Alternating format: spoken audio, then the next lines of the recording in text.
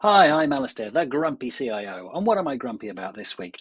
Cultures where they can't plan anything, estimate anything, and everything gets really, really stressed. And even worse, cultures that try to put bureaucratic tools on top of that in order to de stress people, but actually just end up with heroes trying to solve the thing who just are stressed themselves and stress everybody else out. And it's horrible. Everybody who worked in places like that worked in quite a lot. Terrible, terrible. Just don't do it. So the clue is in the title for this. Don't burn down the story map. If your business looks like this, and particularly with the AI, with there's put execs in that are so stressed that eyeballs are in slightly the wrong place. Imagine being in a boardroom like that or a leadership team like that. Been in many. It really does feel as though this is the way they look. And they're all stressed. One, will my business get what it needs? I need this. Bang, bang, bang, bang the table. Damn IT can't go and do things properly for me. Well, yeah, many leadership teams do look like this, and they start having different problems with it, and they start bringing stress people. Story map things. Just work out. If you want to sit there calmly with your engineers and just work out what needs to happen, just do that. There's a technique called story mapping. You just work out the big themes or epics. There's themes and epics. TMI for that for now, but just big chunks of work that need to be done. And then you break them down into a thing called stories. Again, don't worry about that, just chunks of work with it. I've got my big chunk of work and I break it down to smaller chunks of work. And you just put it all down on the board. This is a virtual board. This is on a thing called Easy Agile. It's a plugin for Jira.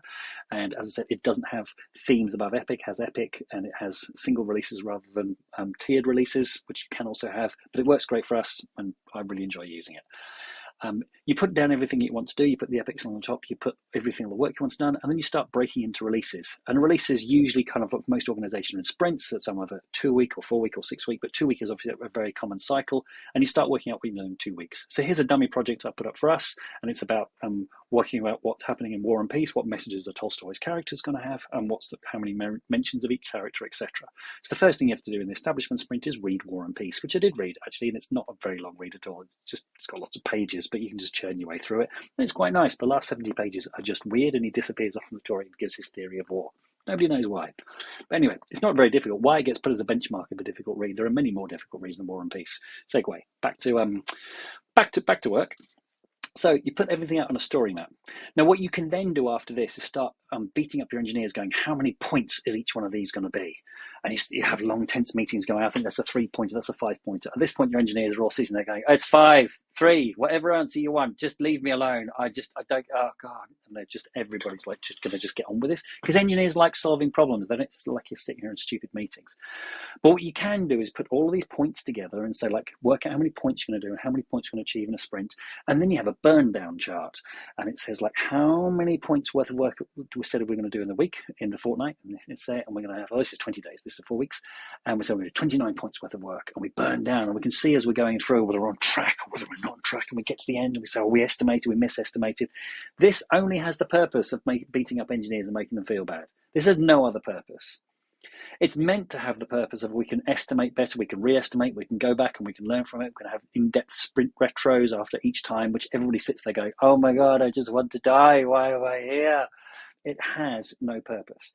Your engineers like coming into work, and they generally like to know what they're doing. So if you're coming back here and they're in a sprint cadence, there's often dependencies with other teams. They need to know when things are going to be ready from each other. They quite like, some kind of like delivery managers to help them work this out. Engineers, it's always interesting. Engineers and delivery managers, different like mindset. But if you get a good delivery manager, work with a good engineer, bunch of engineers, they'll sit there and work it out kind of roughly, loosely, and this is kind of what it looks like, and they'll share it with other people, and you can move forward.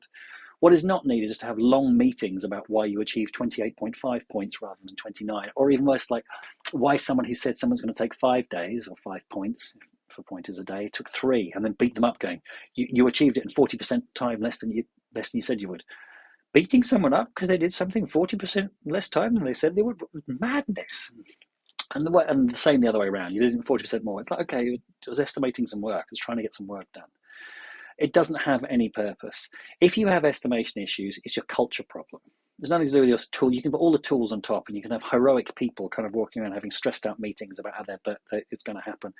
And I worked in one organization where there was just layers and layers of management on top of engineers. There was an entire floor of engineering people. There was an entire floor of project managers, BAs, and coordinators, none of whom could talk to the IT people because the heads of IT decided correctly they were a waste of time.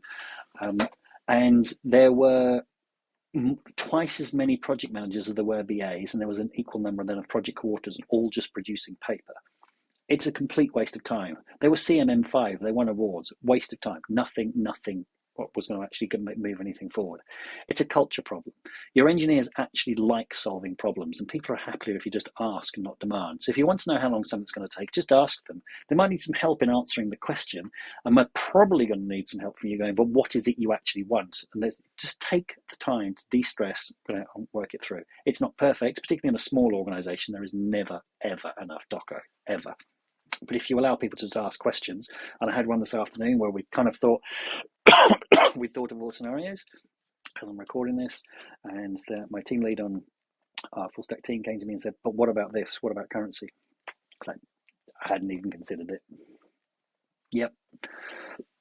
Ask, let people come up with questions. They'll come back, they'll plan with you, they'll work out, and they'll tell you kind of roughly how things are going to take, and just don't beat them up.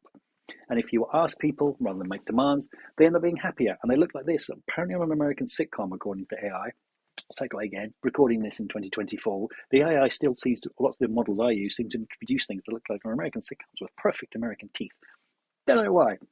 Anyway, I am Alistair, the grumpy CIO of ShipShape.vc, and I very much hope to practice what I preach and not beat the crap out of my engineers with stupid burndown points ever, ever, ever.